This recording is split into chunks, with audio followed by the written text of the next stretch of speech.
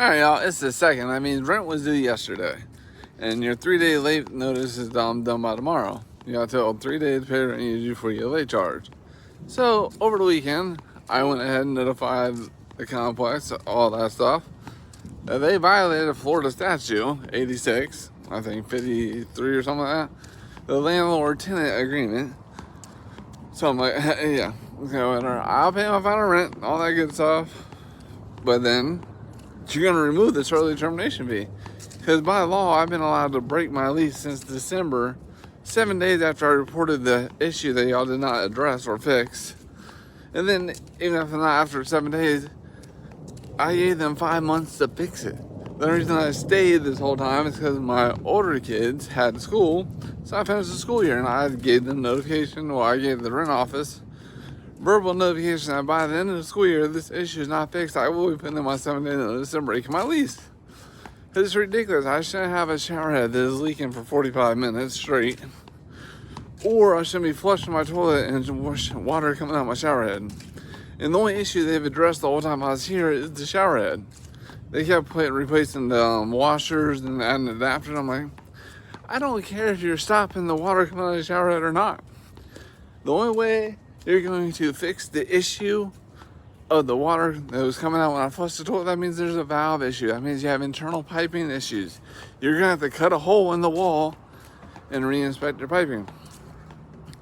So let's see how that's going to go.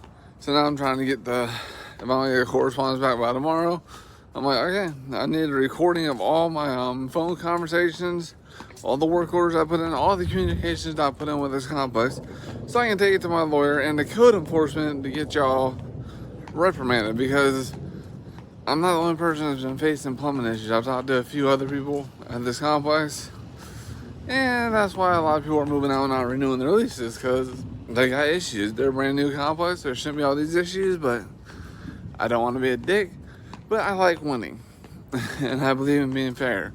So if I'm paying as much as I'm paying for rent, I want quality. If you're going to violate the contract we made or the state law, you will pay the price. Sorry. But whatever, let's see what happens. Hope we can avoid code enforcement. Let's remove the late fee. And since December, since this issue been happening, I've been illegally allowed to withhold part of the rent. Hell, I could withhold the whole rent. But whatever. We'll see how this plays out. But if not, whatever. I'm actually just really sick of this place because everyone here is comfortable with trading their time for money. And there's a lot of people here that work from home, crypto traders and stuff like that, but they're still trading all their time for money. And they're not actively working. That's Daniel. That's the manager of the rent office. Oh, well, not the manager, but the leasing agent.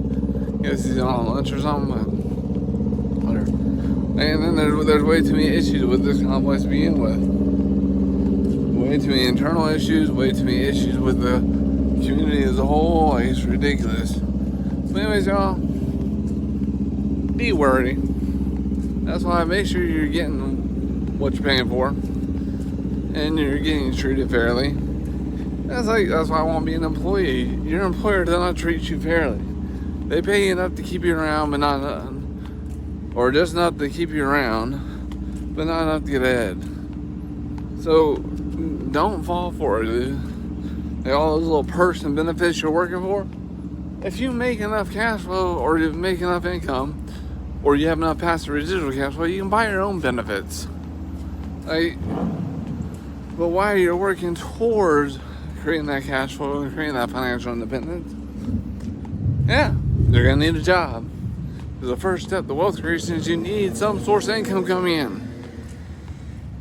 So keep your 9 to 5, pay your bills, and then spend 5 to 10 hours a week simply figuring out, basically you're making a friend, figuring out what people want in life, what their desires are. Then you're educating them by loaning them a book or an ebook to teach them how they can actually follow a simple, proven system to help them get more out of life. If you like to educate yourself for free, the ebook is linked to my bio, so check it out, educate yourself, and if you want to get on the path to owning more of your life, let me know. I'll help you out. Y'all be great.